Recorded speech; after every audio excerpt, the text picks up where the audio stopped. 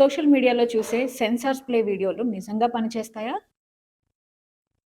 Censor play అంటే జనరల్‌గా అటెనక ఒకే దానిపైన ఎక్కువగా వాళ్ళు దృష్టి పెట్టడం. సపోజ్ వాళ్ళ యొక్క సెన్సరీ ఇష్యూస్ అంటారు. సపోజ్ టీవీ చూస్తున్నారు. టీవీలో ఒకటే మ్యూజిక్ వాళ్ళకి 24 గంటలు కావాలి. ఒకటే మ్యూజిక్, ఒకటే వీడియో 24 గంటలు కావాలి. ఒకటే సింగ్ 24 గంటలు కావాలి. ఇవన్నీ కూడా సెన్సరీ ఇష్యూస్ కింద చెప్పవచ్చు. ఇవన్నీ కూడా మైండ్‌లో నుంచి పుట్టేటువంటి ఫ్యాక్టర్సే గానీ, ఇక్కడ సెన్సరీ ఇష్యూని ట్రీట్ చేసుకోవాలంటే మనం సెన్సరీ ఇష్యూస్ గురించి ఆలోచించకూడదు. మైండ్‌లో నుంచి ట్రీట్ చేసుకోవాల్సి వస్తది. ఇటువంటి చాలా కేసెస్ నా దగ్గర వండర్‌ఫుల్‌గా ట్రీట్ అయ్యి జరిగింది. ఇంతకుముందు మా బాబు యానిమల్స్ అంటే పిచ్చి ఉండేది. అసలు టీవీలో యానిమల్ చూసినా సరే, ఫిజికల్‌గా యానిమల్ బొమ్మలు చూసినా సరే, బయటికి ఏదైనా యానిమల్ చూసినా సరే, అసలు ఒక క్రేజీ అయిపోయేటోడు. సో, అవన్నీ కూడా మనం సెన్సర్ విర్చువాలిటీ కింద కానివ్వండి, సెన్సర్ ఇష్యూస్ కింద కానివ్వండి చెప్పవచ్చు.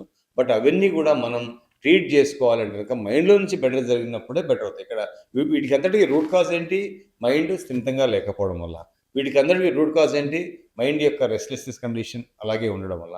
దీన్ని ట్రీట్ చేసుకుండడం వల్ల ఇవన్నీ బెటర్ అయ్యే అవకాశం ఉంటుంది గానీ, దీన్ని ట్రీట్ చేసుకోకుండా మీరు ఎన్ని థెరపీస్ ఇచ్చినా సరే, ఎన్ని ట్రైనింగ్‌లు ఇచ్చినా సరే, బయట నుంచి మీకు టెంపరరీగా సొల్యూషన్ వస్తుందే గానీ, but original root problem treat కావడం అనేది ఇక్కడ ఇంపార్టెంట్ అవుతుంది. అది ఒక్క హోమియోపతి వల్ల మాత్రమే సాధ్యం.